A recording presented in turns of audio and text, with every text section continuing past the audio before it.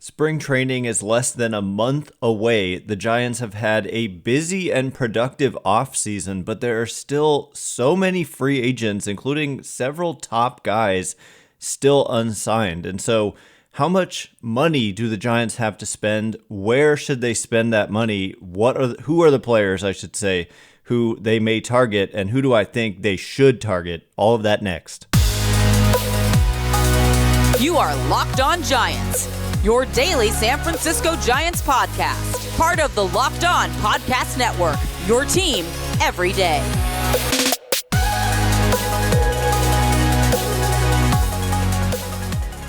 Hello and welcome to Locked On Giants, part of the Locked On Podcast Network, where it's your team every day.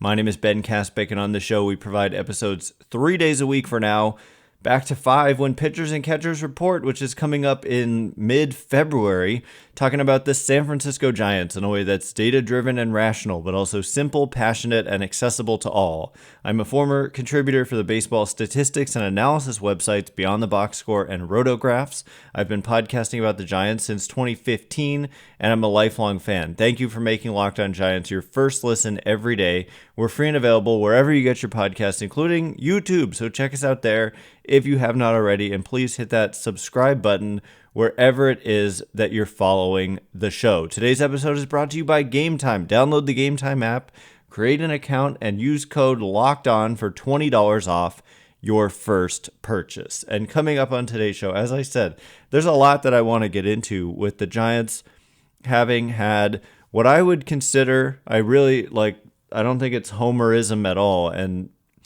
you know, I put out a tweet kind of showing the money spent by team, and the Giants are, I think, the third highest spending team in free agency this offseason. So any sense of like doom and gloom about their offseason to me is a little bit misguided, especially when we consider that they're, among the more likely teams to sign at least one of these remaining 4 top free agents in Snell, Montgomery, the 2 starters there, and Matt Chapman, third baseman, and Cody Bellinger, obviously an outfielder and a first baseman as well.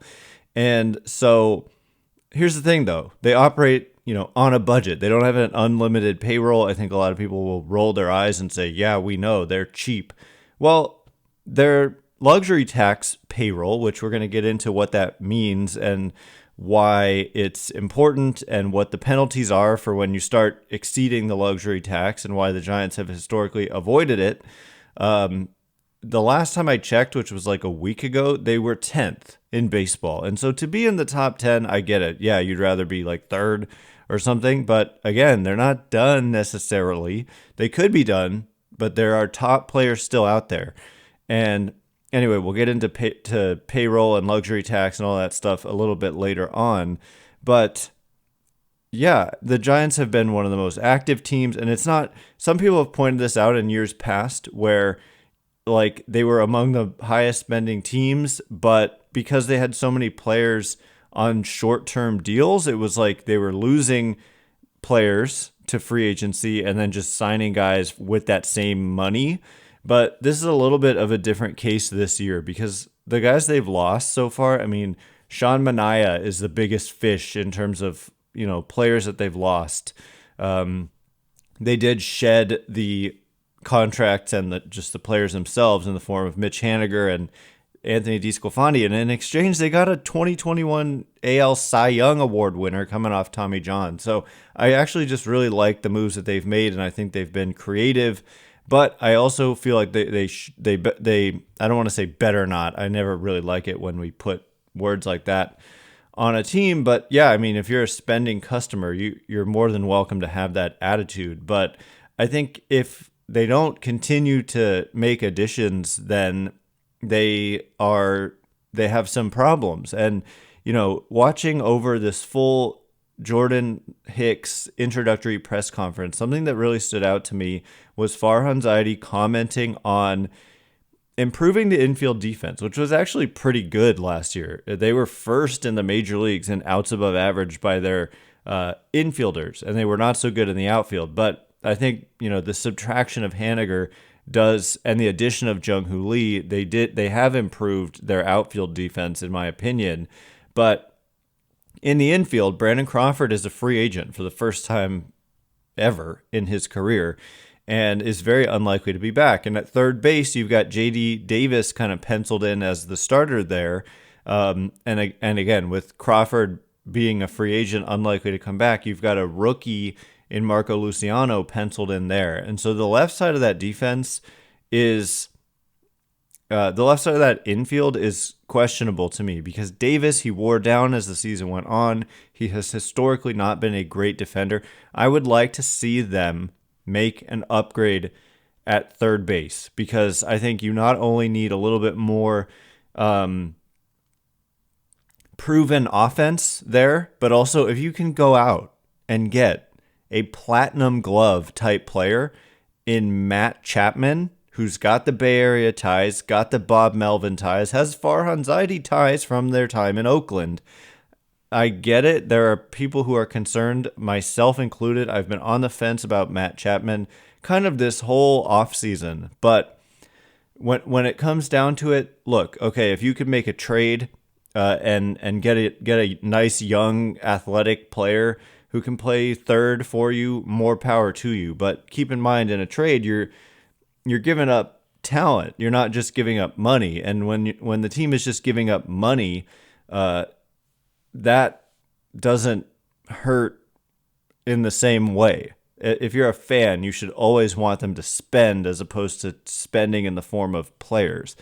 Because, we've seen that, I don't know, I would not rule out a trade. And I think that at the shortstop position, in order to get some depth behind Luciano, they kind of have to do it in the form of a trade because I don't think that the free agent options are good options, and I can explain why. It's basically that they're not versatile enough or they're not good enough defensively, but you don't just want to bring in like a pure shortstop and then have them sit on the bench. Like, they're not going to want to do that. It's got to be someone with options. It's got to be someone with versatility, either or. Either versatility or options or both. But for me, the next move for the Giants, I'm just kind of conceding, despite his flaws, that Matt Chapman, with this ground ball heavy pitching staff after the addition of Jordan Hicks, you've already got Webb and Cobb as top ground ball pitchers in the game. And so is Hicks. And they really plan on Hicks being a starting pitcher. Why not go out there and just have a defense that's going to turn everything into outs that's on the ground? And at second base, Tyro Estrada was really good last year. Lamont Wade, really solid. And I think J.D. Davis, platooning at first, although actually Wilmer Flores has a lot more experience there. He's not good anywhere defensively except first, where he's been solid. If you just kind of look at the metrics, pay attention this upcoming year when he's playing, it's easy to see when he's at third or second that it's just like he's out of position, but at first, not so much. And so, I don't know. Matt Chapman, he's just one of the more impactful remaining free agents. It's not going to cost you $200 million, but it might cost you close to 100, certainly could be over 100 as well. So that's how I feel about it. And that's the reason I'm limiting myself to one player here. If it's not a trade, if it is through free agency, is because we're starting to run into this little issue called the luxury tax. So more about what is the luxury tax and why do teams like the Giants try to avoid it? And how close are they to that number in just a minute? And before we get into it, today's episode is brought to you by my very favorite app for purchasing tickets. It's Game Time. Buying tickets to your favorite event shouldn't have to be stressful, right? Because you're trying to go have fun.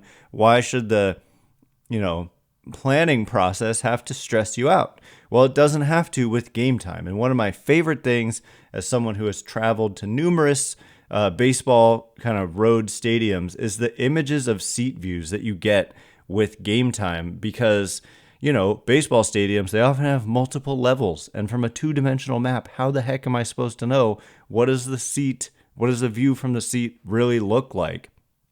So that's solved with Game Time. And then I also always worry about, am I getting the best price? And with Game Time, you get the Game Time guarantee, which means you'll always get the best price, because if you find tickets in the same section and row for less, Game Time will credit you 110% of the difference. So take the guesswork out of buying tickets with Game Time. Download the Game Time app, create an account, and use code LOCKEDON for $20 off your first purchase. Terms apply. Again, create an account and redeem code LOCKEDON for $20 off. Download Game Time today. Last minute tickets, lowest price guaranteed.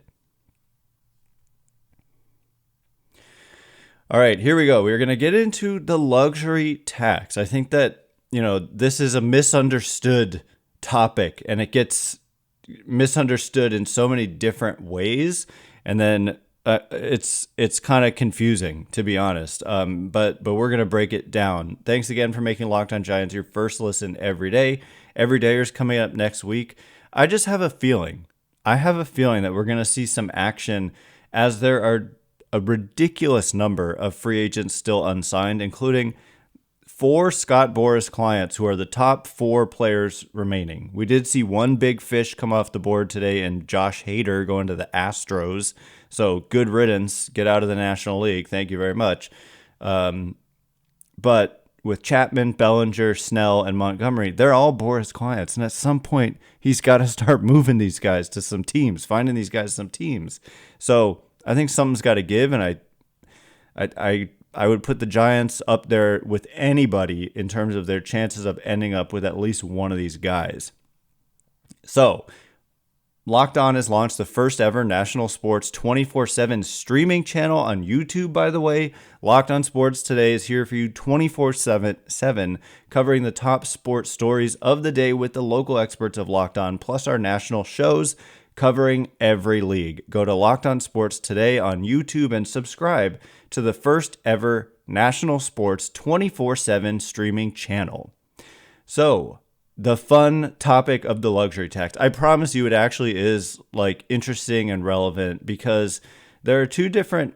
First of all, just my PSA is, everybody, I think the reason for this is simply, if you put in Google or DuckDuckGo or Bing or whatever search engine you use, if you put in SF Giants payroll, I believe the first website that's going to pop up is going to be something called, I don't even know how to pronounce it because it's such an odd name. It's Spotrac.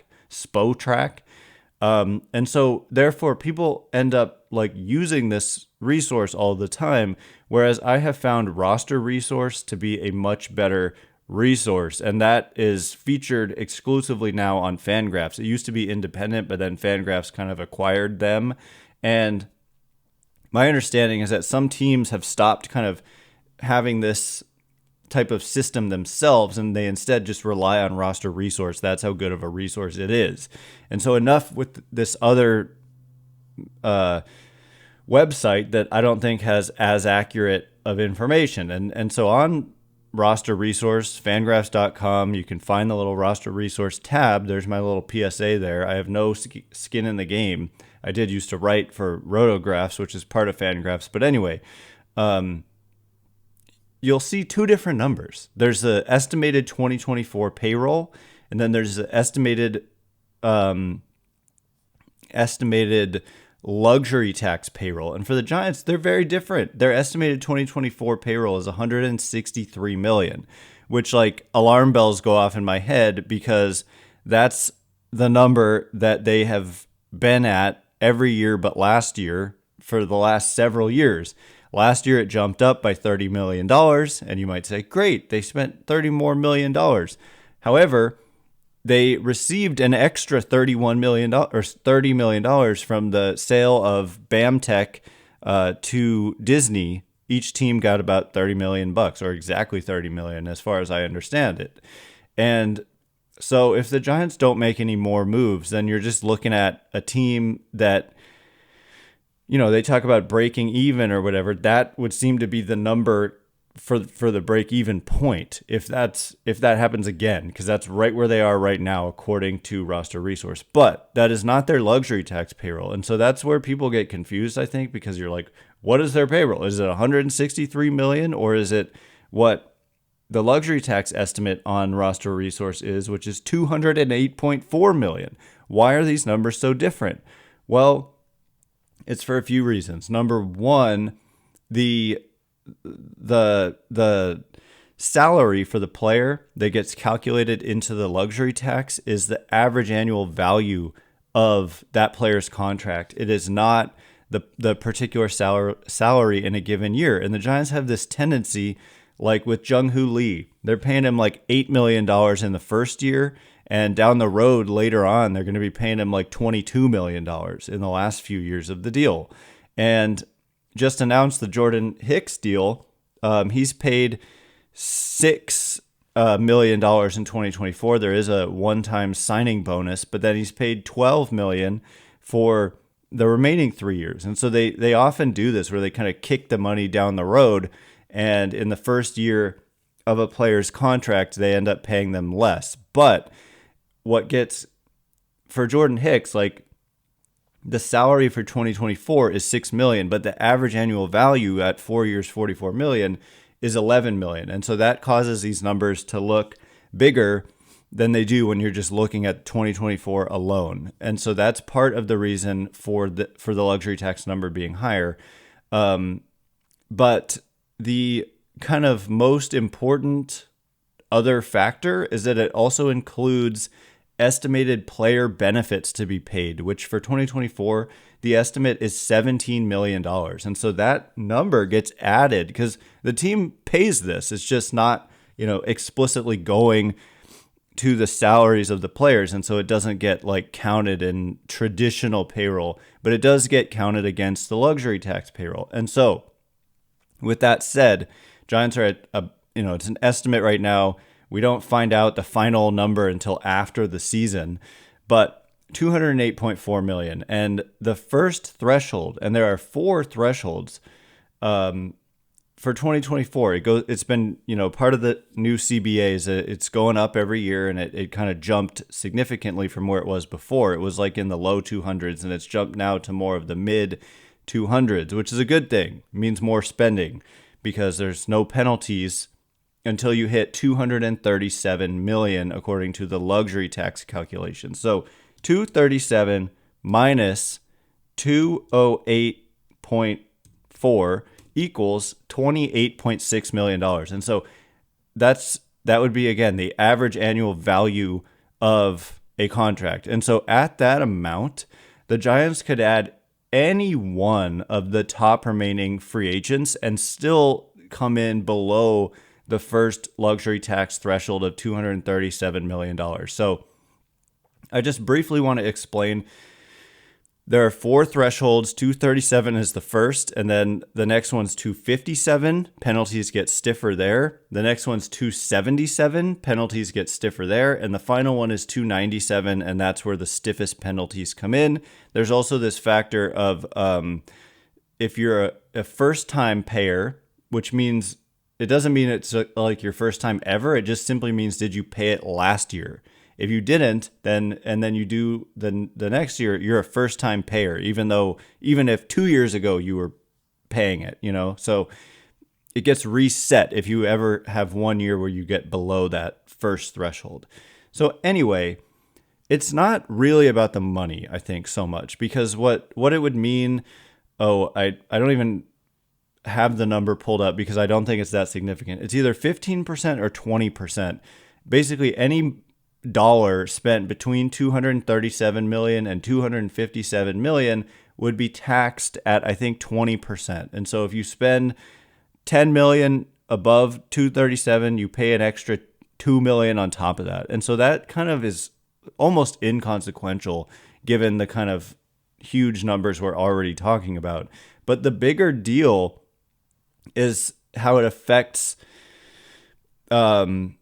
players who either reject your qualifying offer or players you sign who rejected a qualifying offer. And if you look at, next year and basically all the top players who are eligible to receive qualifying offers, which means you've never received one in the past and you spent the whole season on one team. So like Juan Soto, for example, he's never received one in the past because you can't receive one unless you're a free agent, and he's never been a free agent. And he's unlikely to be traded. You never know. The Yankees could collapse and he could be traded, and then he wouldn't be eligible to receive the qualifying offer. But anyway, if he were to get one, he would obviously reject it because it's a 1-year deal. And so, this year, like Shohei Ohtani, he got the qualifying offer. There was just no question he was going to get it and he was going to reject it. And because he got it and he rejected, and the Dodgers are 3-time repeat offenders, which is the highest offense level, they forfeit their 2nd and 4th round draft picks due to signing Shohei Ohtani. And that's why if you're a team like the Giants, it's not that stiff, because they would be a first-time payer and they would be at a lower tier and all that. But if you can avoid it, if you're going to end up close to that $237 million number, it's so much better to be below it than above it, because it's a marginal difference in spending, but it costs you in draft pick compensation, draft picks that you have to give up, and then also the taxed money. But I think the money is honestly the least significant part of all of it. And also the Giants have given out qualifying offers like they're candy and have ended up reaping the rewards of that, getting draft pick compensation. But if you're a luxury taxpayer, your draft pick compensation is not as good. It gets pushed back to later rounds. So I don't know if they have any. I don't think they have any clear players who are, qualifying offer. I mean, maybe Alex Cobb potentially for going into 2025. But anyway, it's complicated, but I don't see them like blasting past that 237 number. But they still have, like I said, 28.6 million roughly to go, and at that average annual value, you could get any of these remaining top players. And so that's why I say I'd put them up there with anybody in terms of likelihood of making one of these acquisitions. One more note is that teams like to give themselves a little wiggle room so you can make mid-season additions, like Chris Bryant, right? Like you've got to factor in, we might add a player in the middle of the year that increases our payroll, even though it's prorated, that could push you over, and you don't want to be just barely over. You just don't, because you get those penalties, even though you just, like, if you had spent like $1 million or $2 million less, you would face, you wouldn't have to deal with these penalties, particularly if you try to sign a player who rejected the qualifying offer the previous year or the upcoming year.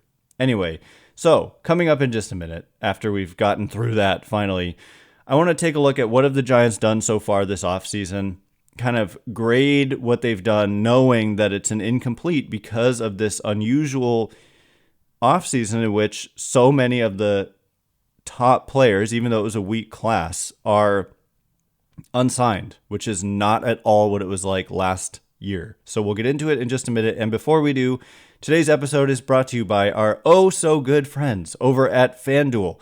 The NFL season is wrapping up, hopefully not for the 49ers who play tomorrow, but there's still time to get in on the action with FanDuel, America's #1 sportsbook. Right now, new customers get $150 in bonus bets guaranteed when you place a $5 bet. That means that, like, you can literally bet on anything and you win or lose. Like, I'm going to say, okay, I'm going to check out the 49ers favorites, moneyline favorites at minus 450. The spread, Niners favorites at minus 9.5 points. And so, you feel like betting on the Niners? Go right on ahead. If they lose, obviously that'd be devastating, but at least they're, let's hope they don't. But even if they did, you get $150 in bonus bets, win or lose, by going to FanDuel.com/lockedon. The app is super easy to use, as you would expect, and there are so many different ways to bet, like live, same-game parlays, make a parlay in the Parlay Hub. the best way to find popular parlays, and more. So again, FanDuel.com/lockedon and make your first bet a layup. FanDuel, official partner of the NFL.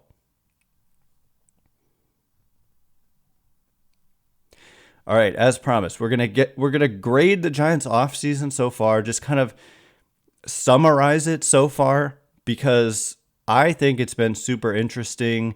Like, obviously, it wasn't plan A. I think plan A is Ohtani and Yamamoto. Dodgers nailed that one. They got Shohei Ohtani and Yoshinobu Yamamoto. I'm on record a million times saying I don't care that much about what other teams in the division are doing. I think it's like an overrated factor, especially because the Dodgers were really good anyway. It was going to be hard to compete for the NL West title anyway. And so I don't know that this is like super meaningfully changes the calculus for, well, it does. I mean, if you end up with Ohtani and Yamamoto and they don't, then maybe you do challenge them. But look, they tried their best and offered those guys like basically the same deals they ended up taking from LA, and at a certain point there's just nothing you can do, and the players have a preference and they get to pick. So but the Giants nonetheless have made, it's different than last year when I kind of said the same thing. It's totally different, and we're going to take a look at it. Thanks again for making Locked On Giants your first listen every day. Everydayers, coming up next week, I have a feeling at least one of Boras's 4 major dominoes, Snell, Montgomery, Bellinger, Chapman, they're going to sign by the next episode we do. 3 episodes coming out next week. So that is my bold prediction, and I think we'll be getting to that. And we also have a bunch of mailbag questions that we have left over, so a lot to get to. Locked On has launched the first ever national sports 24/7 streaming channel on YouTube. Locked On Sports Today is here for you 24/7, covering the top sports stories of the day with the local experts of Locked On, plus our national shows covering every league. Go to Locked On Sports Today on YouTube and subscribe to the first ever national sports 24/7 streaming channel. So I want to take a look, take a step back and look at the Giants offseason. I've been kind of tweeting about this and getting, of course, naturally a little bit of pushback. But basically what I said was that the Giants have made several, I forget the term that I used, but like several intriguing moves that had significant upside. And like, let's just run through them. Jung Hoo Lee, first of all, he's literally the youngest. He was the youngest free agent out there of any player this offseason. So you got the youngest free agent out there of any player. The criticism I see, and I see it over and over, and I guess it's fair, is that, he's unproven in the major leagues. But okay, so is Yoshinobu Yamamoto. And Dodgers gave him, teams have more and more confidence than ever in being able to project how performance is going to translate. Does that guarantee anything? No. But does, randomly all the time, good players who have a track record in the league will just suddenly have bad seasons. And players who have a track record of not being great will have great seasons. And so there's nothing guaranteed to anybody. So I don't know. But he's the youngest free agent. He also, if you look at the Steamer projections of all free agents, Steamer is just a projection system that gets featured on Fangraphs. Jung Hoo Lee of your San Francisco Giants comes in, like, no lie, as the third best. He comes in with the third best projection of any player signed this offseason. Ohtani, Aaron Nola, then Jung Hoo Lee, then Yamamoto. So I don't know that I would, make a bet on that.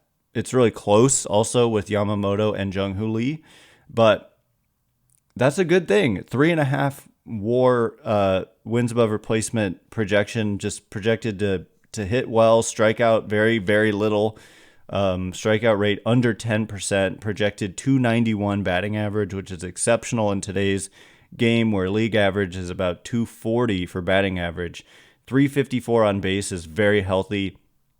Power, decent at 431 slugging, and then a good defensive center field is kind of where the projection lies here. And so if the Giants could get that out of Lee, he would be worth the contract. And, it's a big-ish contract, 6 years, $113 million plus a $19 million posting fee.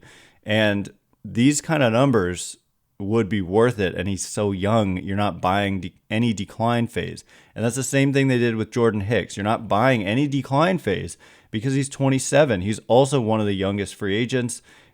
And he just has a ton of upside as a guy. Watching his interview, first of all, he's got a really good head on his shoulders, really good kid. Like, I didn't really know him personality-wise, but I've watched several videos of him, and he just seems like a really good kid and going to be a good teammate, and I'm just excited to have him on the Giants. And it's just easy to dream on the upside. It's not a Ross Stripling move from last offseason. This is a significant upside play. And if it works out, you've got just a nasty, nasty pitcher. And if it doesn't work out, you've got a nasty reliever. And it's still, the contract is in line with what people expected him to get as a reliever. And so it's not like they doubled the money on a bet that he would be a good starter. And so it's definitely intriguing, and there's definitely upside in both Lee and Hicks, both of whom again are young. Tom Murphy, I think, is a really good complement to Patrick Bailey. We discussed that at the time of the signing.